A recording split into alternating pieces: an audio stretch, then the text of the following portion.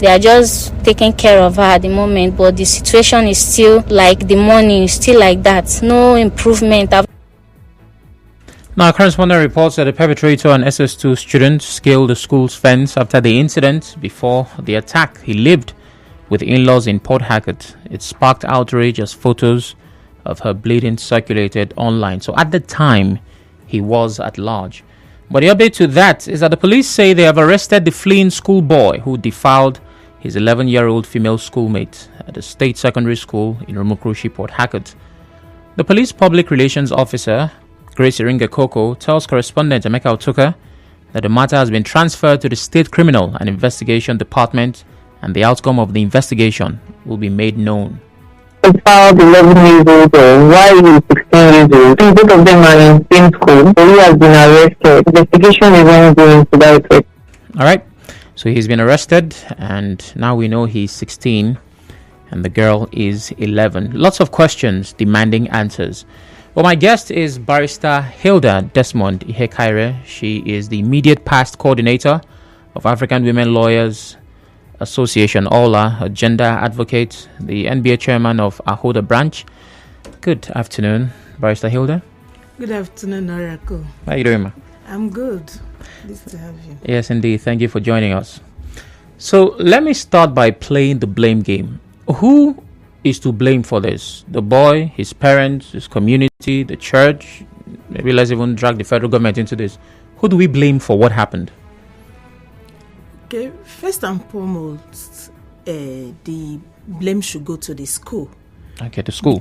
Because a school should be a safe haven for children. All right. Part of the requirements to run a school is there are certain things that should be in place.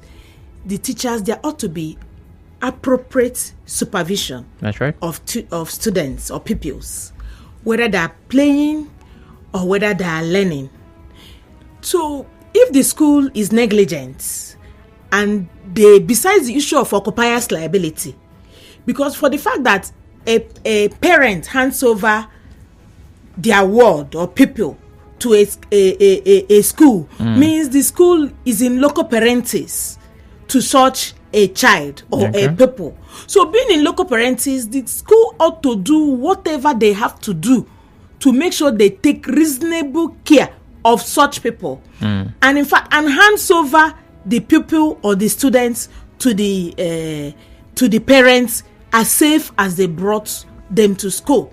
And to make this happen, part of the requirements for a school should be it will have a school fence, or they should have CCTV camera, they should have minders, they should have gate men. So if there was appropriate supervision, these defilements ought not to have happened in the first place. But did you say CCTV camera? I wasn't sure I heard that. Yes, you heard me. I don't think there's any public school in Rivers State that has CCTV camera. Now that takes us to that question, that the government should know that because of the times we are in, their CCTV camera should be a crucial. It will be as important as a school desk in a school. Okay. Especially when we are in the era where 200 students are kidnapped. That should send the warning signals.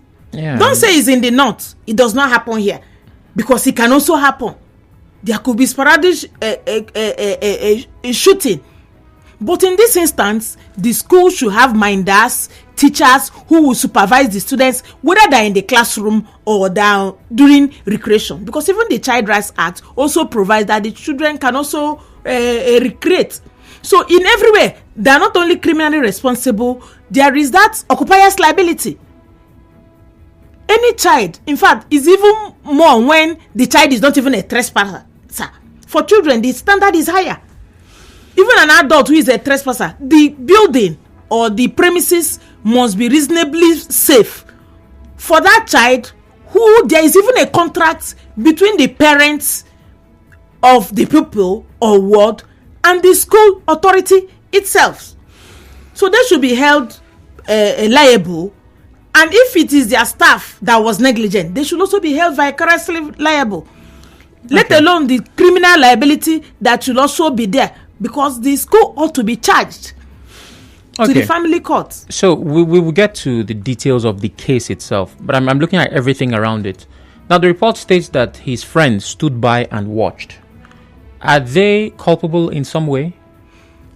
There is what to call accessories before and after the fact of crime. Okay. Even though they are minors, maybe we're not going into that. They are not up to some of them may not be up to the age of criminal responsibilities. You understand? There are various age. Ordinarily, the Child Rights Act, where if you are a child until you are 18. But when it comes to certain crimes, there are, when you're up to 15, there's a particular type of criminal responsibility that attaches. Okay. You understand? When you're up to 17, there's under whether for the states, like in River State, luckily enough, we already have the child rights law of River State that made these things that specifically states that 18 is the age of criminal responsibility. But under the Children and Young Persons Law, which operates in the state that have not adopted the Child Rights Act, which operates in the Federal Capital Territory, Abuja, the Children and Young Persons Law brings down the age of criminal responsibility a bit. Okay. Brings it down to what age? There is 14. A young person. You understand? Wow. You know, and it all depends on the circumstances. Okay. So depending on the crime/offense, that would also determine how low it has been brought down. Like the issue of the terms of sentence, like the defilement of girls under the age of 13 has its own special punishment, even under the child rights and defilement of idiots. There are some people they cannot give consent because even if they are 20 years, their IQ, you know, because they have either dementia or, you understand, they are not able to give consent. Even for defilement, even if the child gives consent, or when it comes to defilement, it's still the offense of defilement that's been committed. Okay, so in the suit, who is going to sue the school? The state or the parents of the girl? In law, it depends on the kind of suit you want to do. In law, a crime is committed against state. Okay. So if we're talking about the criminal, you understand? So that's why you see Commissioner of Police against so and so person. But the victim of the crime is a nominal complainant. He understand, has been sentenced. There is monetary compensation to compensate the victim. No, I get what you're saying, but you see, there are certain crimes against the state, right? And sometimes, even if you follow the court process, you know, they say the state versus this. Now, I'm looking at where the school comes in. If the school will be taken to court, who should be suing the school? Is it the parents of the girl? No, I've told you that it is state, Commissioner of Police. Okay. That will file a charge. Okay. You understand?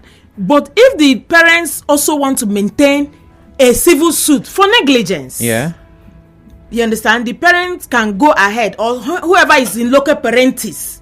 You understand? In fact, if you go to the family court, the way it's been established by the fire writer is the probation officer that is always, you know, doing things on behalf of a minor. Does it matter that it's a public school? It does not matter. For the fact that government runs the school and they do something wrong, you can sue government and get compensation if the government has failed. So that's state versus state. It does not follow. No, I mean, it's no. Yeah, if you think it's a public school, it's a public school run by the state. Yes. And the suit is the boy that committed, even though he's a minor, different consideration is going to apply. Yeah. When it comes to assuming when he's investigated and there is need for that boy to be charged. I don't even want to use that word because it's even a wrong word, because for children under that age, he's a minor. The child rights law of River State has specified that the essence of criminal justice system for children is reformation and reintegration in the social circle. Okay. So they don't even emphasize so much on prison, is remand home you will go, or charge, or even arrest. Like we are hearing police say they will arrest the boy. He's been taken to the state CID. We need to take this break, and after that we'll talk. Because the reason why, of course, we're having this conversation is because he's a minor, and I'd like to understand the process. So after the break, we talk some more. Please stay with us.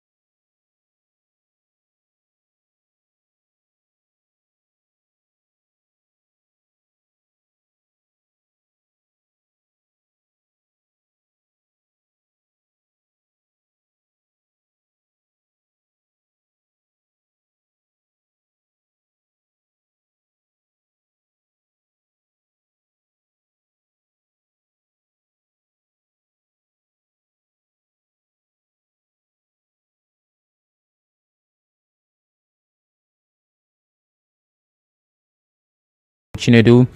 Our conversation is about the arrest. Police say they've arrested the fleeing schoolboy who defiled his 11-year-old female schoolmate at a state secondary school in Rumukroshi, Port Harcourt. My guest is Barrister Hilda from Ola, Barrister Hilda Desmond Ihekaire. She's a past coordinator of African Women Lawyers Association, the MBA chairman, Hilda branch, and the gender advocate. Hello, Barrister Hilda. You're welcome once again. Yes, thank you. Okay, so let's go straight to the guy who has caused all these problems, the suspect. Now, the police has arrested and transferred him to the state CID. Is that how it's supposed to go? How is this case supposed to be handled? Because he is also a minor.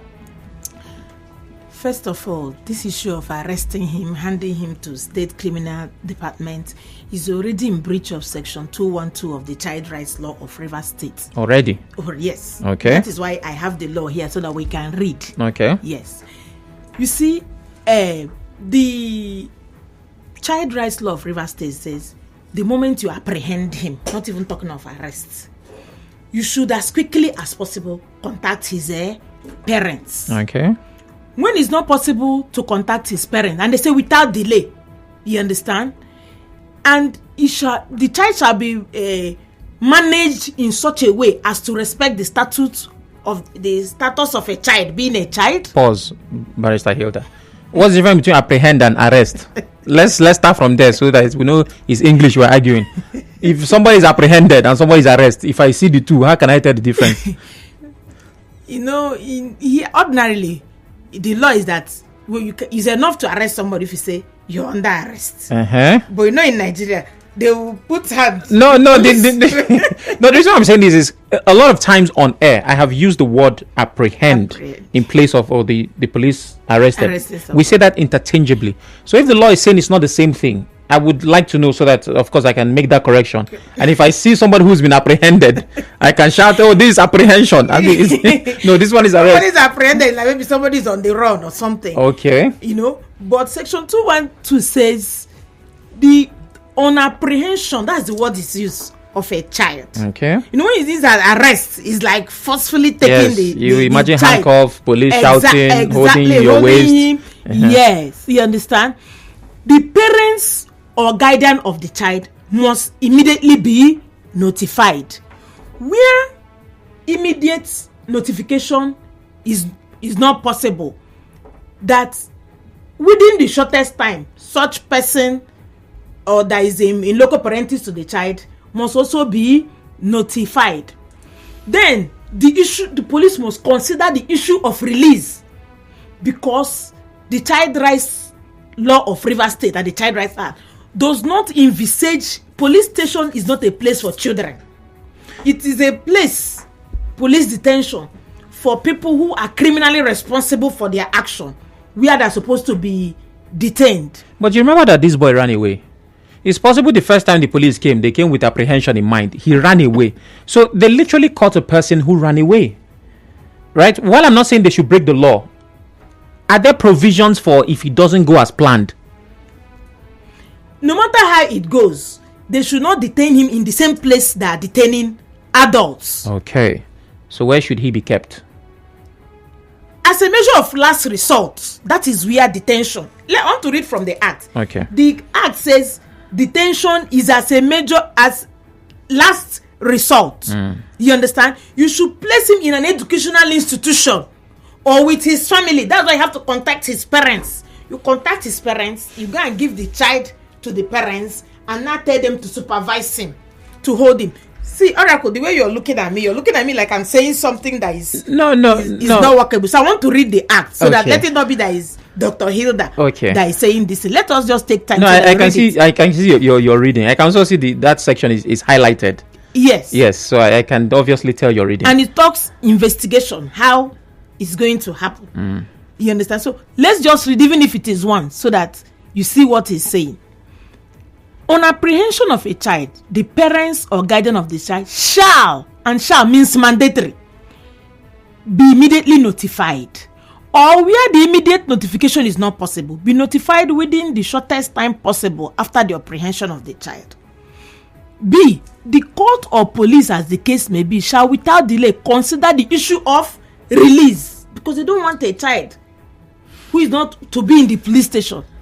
Now see, contacts between the police and the child shall be managed in such a manner as to 1. Respect the legal status of the child, because the child right now says there is a different way you treat a child.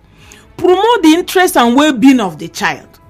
3. Avoid harm to the child by having due regard to the situation of the child and the circumstances of the case. Remember that in police they also use foul language, a lot of things. You see a lot of hardened criminals. Sometimes they use slap and support the foul language. I think so the Act now says in this section, harm includes use of harsh language, physical violence, exposure to the environment, and any consequential physical, psychological, or emotional injury or hurt. I want to take 213 sub 1. Okay. So that you now know where I'm anchoring, because I know that this is a very sensitive issue we are handling. Very. And I know somebody will be in their home and be cursing me. How can this woman say they should not detain the child in the police? They should allow the child. So that you know that whatever we are doing, we must act within the ambits of the law. Okay. Detention during trial shall be used only as a measure of last resort and for the shortest possible period of time. Whenever possible, be replaced by an alternative measures, including close supervision, care, and placement with a family or in an educational setting or home. Okay. Although there is somehow like an exception, maybe if a child commits certain whatever, is a second offender, there could be, better measures. There is remand home, but not that you arrest a child if what my facts are correct. What you have just said, they now take the child to state criminal investigation department. So the police is already getting it wrong. At most, they should get to the family court, get an order that such child should be kept in the remand home, because the essence of the act says no child should even be subjected to the ordinary normal criminal justice system. There is child justice system. What are the conditions of the remand home? What does it look like? At least I know what a prison looks like and a police station looks like. A remand home, what will I see if I get there? There will be social welfare workers. Okay. Who will try to reintegrate, change the behavior of such children. Okay. Some children are in the remand home, they take them to where they will learn skills. There will be education. They will mix with children of their age. Okay. There could be social welfare workers who are psychologists who will try to find out where is this child coming from? What kind of environment? There are children we call exposed children. Maybe they have grown in the ghetto. They have grown in the waterside. There are children who have seen wrong things they shouldn't see. If not, why should a child go to school and begin to defile another child? Okay, Barrister Hilda, what you have described sounds like the kind of home somebody can go for a holiday. Now, I think that perception comes to play. What do I mean? A 16, 17, 15-year-old boy in Nigeria is not considered child. We don't call such a person child. The society already sees him as a man. You understand? So when somebody in that age range does this kind of thing, we consider them, this guy has done this. Secondly, while you have read, from the act, which is law, did the act consider the sensibilities, the sensitivity of the survivor? I'm trying not to call her victim. Because the mother of the child and the girl, hearing that this is what the law provides as to the apprehension of the suspect, that they are, for lack of a better word, going to pamper him through the process, they will not find it funny. See, law is not about sentiments. Even though justice, they say, is a three-way thing. Justice to the victim, justice to the accused, and justice to society. Why do we have dysfunctional children? Why do we have Boko Haram? Because we have failed in child criminal justice system. A child who ordinarily, out of maybe having seen bad thing or upbringing, or an exposed child, even the child rights law, gives classes to this group of children. Thank God for the establishment of the family court. That's one thing I thank our chief judge for, that makes family court to start working. I'm coming from family court. Okay. Today, they have provided, I will not go and serve this term or whatever, and now come out worse. So this case would very likely make it to the family court. Of course. So what kind of punishment should come out of, family court? Yes, for this particular case. The Child Rights Act says incarceration of a child, you understand, is a matter of last resort. There is no other way. Okay. It is not encouraged, because the essence is, I will say it again, reformation, rehabilitation, and reintegration into society. Okay. So we'll not be looking at sentiments. I understand, I'm a mother. I know how I will feel.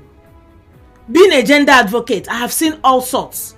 But that does not make us, because of that, we now lose hold. That this child, even the welfare officer will find out why this child actually did this. So that is the way society progress. We are not in a society where life is brutal and short, survival for the fittest. Okay. If not, would have said, like the Abba judgment, bring him out, burn him with petrol. No.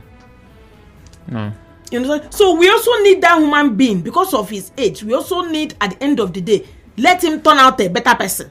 So when you keep him with adults, they will teach him, this one is small one. When next he will be a rapist. And we don't need those people in society. So that's why now that is early, we check. There are psychologists that work in remand home in those places. Okay. Those things we are not functional now, but with the family court system. In fact, if you go to the family court, the way they treat either those who have children, we call them children who have come in conflict with the law, not criminals. They have come in conflict with the law. Oh, wow. The way we treat children who have come in conflict with the law is different from the way they treat adults. So in family court, either you're a child victim or you're a child who has come in conflict with the law by doing what you're not supposed to do, or an adult has committed an offense against you, when you go there, they make sure that everything is, you don't wear a particular color. You make sure that the prosecutor is not standing close to the child. We make sure the welfare officers are there. We make sure the parents of the child is there to give the child support. So at the end of the day, the child tells you the truth. Okay. Well, I have to take some calls now. It's time to listen to the listener. Very quickly, before I do that, what kind of succor would be provided by law to the mother and the girl? First of all, the most important thing is for the health of the child. Okay. So the child should be taken to a good facility. You know, I know Doctors Without Borders. When I was coordinator for OLA, we had sent a lot of people to do, the first thing they do, they check for HIV, give medication to prevent pregnancy. Of course, at no cost to the mother. At no cost to the mother. Yeah. They will also try to, there are psychologists, they will talk to the child, so that such children, you know, child victims of sexual offenses, they get withdrawn, they can have emotional, psychological problem. So the most important thing now is for us to save that child. Make sure government pays the social welfare. At least this one has been in the news. In fact, what we're even doing now, just that it have come to the news, and I need to make people even know. Child justice system does not allow for media trial of the child, which I know if you open this phone lines. No, we won't let that happen. Of course, we will not. They start trying, you know. No. The victim's name we shouldn't even mention the both the victim and the offender, so that you protect the child. So having done that, the mother will also be talked to, so that the child will not feel guilty. Yeah. And the child's identity should also not be exposed, so that tomorrow they will not say, that is that child that was raped or that was defiled. Defilement and not rape. All right, it's time for you to be a part of the conversation. I want you to listen to the question very carefully. With the mainstream influence of the media, what is your child's source of sex education? What is your child's source of sex education? 0817-923-0002. 0817-923-0003. WhatsApp is 080-903-06416. We're live on Facebook and Twitter. You can watch as you listen. Please turn off your radio and go straight to the point. I'll take that question again, because there's always that wonderful someone. What is your child's source of sex education? Alozie seems to be my first caller for this conversation. I'll be talking to him very shortly. Let's see. Okay. Good evening, Alozie. Yeah, good evening, Oracle. Good evening. How you doing? I'm great. I did learn. Oracle. We live in a society where we have people who are, like the word, careless to take up children. Question you ask: have parents must sit and to lecture their children on sex education? I asked one woman one day, I asked her, how did you teach your daughters, most especially some parts of the body? The woman goes to ask me and say, sir, I cannot teach that kind of thing, no. Or have what kind of show with my children. You see that I first put this blame to the parents of the child. When you have people who are not even sent, giving birth to children, what the society is coming. For me, I heard what the lawyer said, and from my own research and perspective, I've seen most times our law be too lenient in punishing people who are committing crimes. See, most times, the way we implement some issues that should not is what that will make people to commit innocent crimes. We see a boy of this age tomorrow with their after all, they have hit me, they will do that. I think we'll see such crime. All right, thank you very much, Alozie. Isaac calls from Port Harcourt. Hello, Isaac. Yeah, good evening. Sam Oracle Chinedu. My name is Isaac Owadino. Good evening, Dr. Isaac. Thank you. Yeah, thank you. So, I have listened keenly to your guest, and I have just one aspect to address. I hope you don't mind. Well, hopefully you answer my question and then address. Well, as a teacher, I've been made to understand that there are 5 agents of socialization for the child. Okay. And they are the home, which is the family, the church, maybe the peer group influence, Okay. as well as maybe spirited organization like FIDA and Co. Okay. That's one side. But I'm an educationist. Mm. And I'm interested in this discussion for 2 reasons. I have managed school facility for close to 24 years now. And I know that it is not as easy as is being said on air. Mm. Especially managing teenagers between the age of 13 and 18 is challenging. The school failed. I agree with your guest that the school failed by not allowing, by not doing the needful. They failed in terms of supervision. But we should also ask the parents, where do they take these children to by weekends? Are these children also accessible to phones? What kind of sites? Is it conceivable that a boy that is 16 years will have the temerity to down a child, another person's child, defile, not as we are watching? Where is the place of conscience in the society? That's my opinion. Thank you. Thank you very much. All right. I have a message here from Favor. It says it wonders why we're talking about the accused rather than the victim. The incident is appalling and disturbing to even listeners. I couldn't sleep the night I listened to the incident on the station. Some children are criminally minded and should not be handled with kids' gloves. Well, Favor, if you listened well, we tried to cover as much of it as we could. Thanks for your contribution. And this one is already stating the kind of judgment that the boy should get. 08179230002.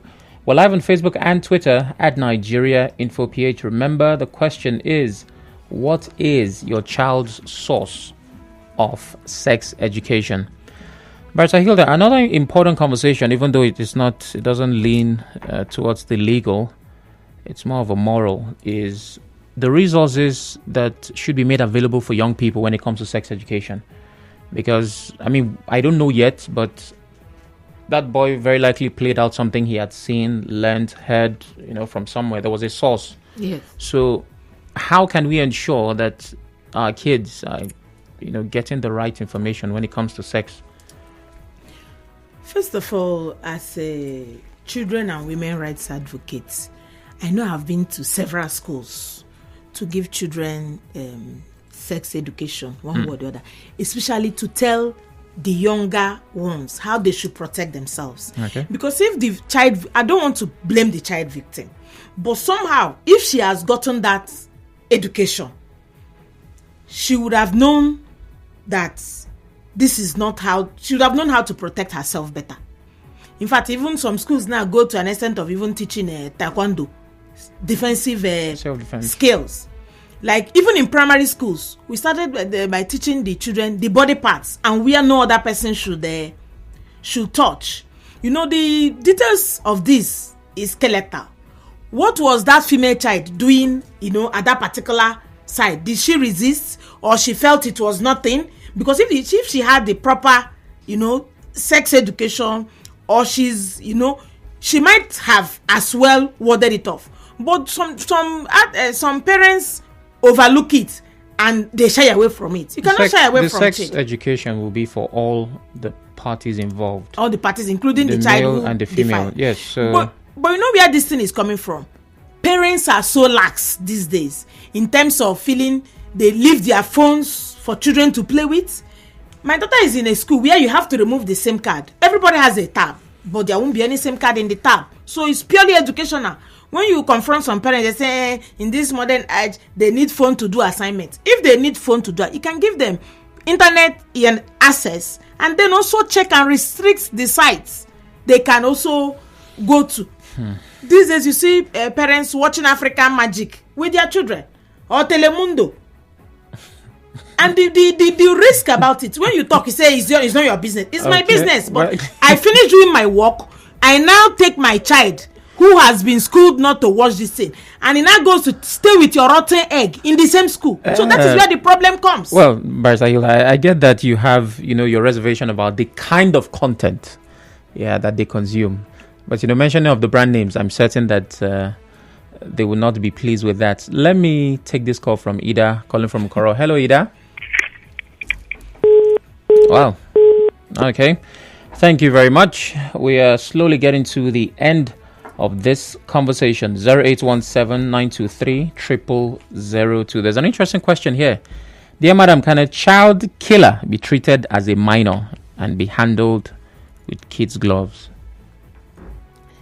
The law also envisages that there should be extra restrictions in cases of certain crimes. So it also provides in section 219 sub 5 that ordinarily a court shall not impose a requirement or restriction, security requirement for a child who has not attained the age of 15. But we'll only do that if the child has committed a violent crime or a sexual offense punishable if it's an adult that committed it with imprisonment for a term of 14 years. Or a child who has a history of absconding while being remanded at the state government accommodation, or has been charged and found to have committed an offense punishable with imprisonment while the child was so remanded. You understand? Or if the court is the opinion that only such requirements will be adequate to protect the public from serious harm from that child. Let's take this call from... So it's court that will determine. From Esther. Esther calls from Rumibo. Hello, Esther. Good evening. Yeah, Sam, good evening. Can you hear me? Yes, we can hear you. Go ahead. Okay. I didn't want to air my reservations. Okay, let me answer the question. Esther, okay, I can hear you well now. You have to speak up a bit. Can you hear me now? Yes. Can you hear me now? Yes. I can. Go ahead. Let me start by answering your question about the stuff of my children's sex education. Yeah. The primary source should be for me. Okay. That should be the foundation. All right. I should be the first person to teach them sex education and expose them to what it is. And the teaching I give to the girl child should be the same teaching for the boy child. I have both male and female, and I give them the same teaching. Okay. Now, let me go back to your guest. I didn't want to talk about my reservations, but just the last part of her comment is making me very uncomfortable, because all through the studio, she has sounded like the girl is the problem. She has put up a lot of energy in the protection of the boy. Even now, she was saying that if that girl had been given enough education, she probably would have been able to watch them up. The scenario we had is that this boy, in company of his friends, I do not know how the kind of education this girl would have been given, that she would have been able to ward off 1, 2, 3, or 4 boys. I have this is a public pleasure. I'm trying to, to just put myself together. But I think I have some sort of reservation about the way your guest is handling the issue, and I'm not comfortable with it. I think she's making the girl victim, and it's unfortunate that she's a lawyer and a woman at the same time. Okay, thank you very much, Esther. Or you called it, Barrister Hilda, that there will be dissatisfaction with your approach to this. And I think according to her, the part that got to her was, when you spoke about the education, which, I stated very clearly, as you said also, that education should be for all. Well, Esther, according to how far it has been taking, I want to believe that we've made it clear that all the kids involved should get the right education. And yeah, it's a sensitive one. So, Barrister Hilda, I don't know how the family court is going to handle this. I will keep our fingers crossed and hope that they do right by this. But because this has gotten public attention, like you said, a lot of people would be, observant to see how it plays out. So I'm hoping that, for the interest of justice, which will also lead to peace, that this is handled well? Of course, it's going to be handled well. If you recall, my comment is based on the question. Yeah. I will not, because that's how your sentiment is, I will not tell you what the clear letters of the law. That is why I purposely came with the Child Rights Law number 6 of 2022 of Rivers State. I'm not the legislators. I'm not the Rivers State House of Assembly that thought it fit to adopt the Child Rights Act and enacted our own law, domesticating it. Okay. That's why I read the clear provisions, what the law said should happen. Law is not about sentiments. If you recall, and Oracle, you know me, I'm a woman rights advocate. And if questions are asked, I'm not going to say what to please you. I'll tell you what the law says about it. All right, so we cannot underscore the importance of sex education. You brought that issue. We have to take this break. Yes, indeed. Yes, After this break, we'll take 1 or 2 calls and we wrap up. Please stay with us.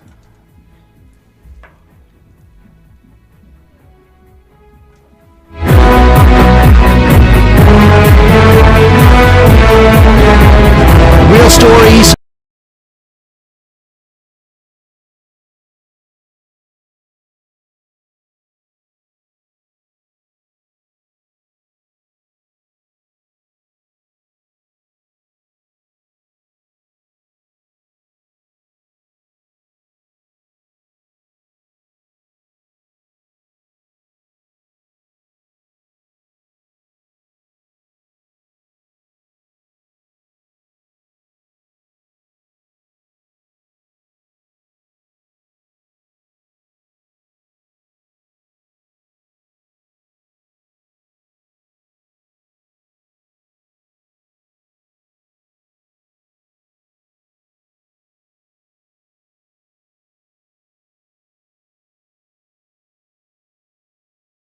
On to a 16-year-old that used a bottle on his peer, leading to the other losing sight after surgery that cost 1.3 million naira. The police said the boy cannot be arrested.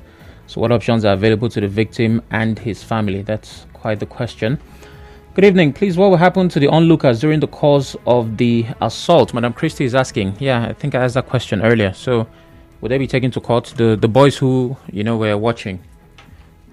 If there are accessories before or after the fact of crime. If there are people who aid or abet, it all depends. It's police investigation that will reveal all this. You understand? So if they aided the boy, or by holding the girl or making the girl afraid, or after he has done it, they have helped him to escape. Yeah, you understand? Different degrees of punishment are for this. You understand? Right. Those who aided, who abetted, or accessories before, after the fact, or who even assisted him. Once you assist somebody to commit a crime, you're a co-conspirator. All right. So you should also be charged. Finally, we're out of time. What should the government do? Yes. First of all, our public schools, they are highly under-equipped. Okay. I have been to so many facilities, I have been to a place where I want to go and put my word, and they say I should bring one chair for the child to sit. I have gone for an advocacy, and the children have to be made to sit on the floor, not very far. Then the government should provide standards for the public school. There must be minders in the public school as we have in private schools. Okay. There must be security men. There must be CCTV camera. I recall that during the last regime, the Commissioner for Education then also set standards. That was, I think, Professor Beku set standards before he can establish private institution. With the failure of our public schools, you see that a lot of private schools are coming. Yeah. But they should also have standards. But you find out that some clients will come to us, those who are supposed to make sure that those standards are kept will compromise and not even make sure that those facilities are. The place must be fenced. People who have committed crimes against children must not be teachers. They must be profiled. Those who have committed crimes against children or who have tendency for certain things should not even come near the school premises. So if government will even if the House of Assembly means passing it into a law, all schools should have CCTV, so that one day we'll not have where kidnappers will come and carry carry off our children, or there will be sporadic shooting, so that such things could be detected on time. So government has a whole lot of role to play to make sure the school is a safe haven where it should be for our children and our wards, be it private or public schools. Thank you very much, Barrister Hilda. We're officially out of time. This is where we wrap it up. But very quickly, this person who said they have an issue of a child committing something and the police say they cannot arrest, what options? Where should they go? Know that the child can be apprehended. Yeah, but where the child will be kept. The police has told them that the child cannot be arrested. So how do they follow this? What? They can go and make complaint on oath to a magistrate. Okay. That a crime has been committed. Yeah. The magistrate will issue an order that police should investigate, and such person could also be brought to justice. So it does not end with police. So thank you, Barrister Hilda, for your time. We appreciate you. it. Have yourself a wonderful day, man. And you too, Mr. It's 5 p.m. Thank you for having me. My pleasure. Time for the news. After that, we talk some more. Please stay with us.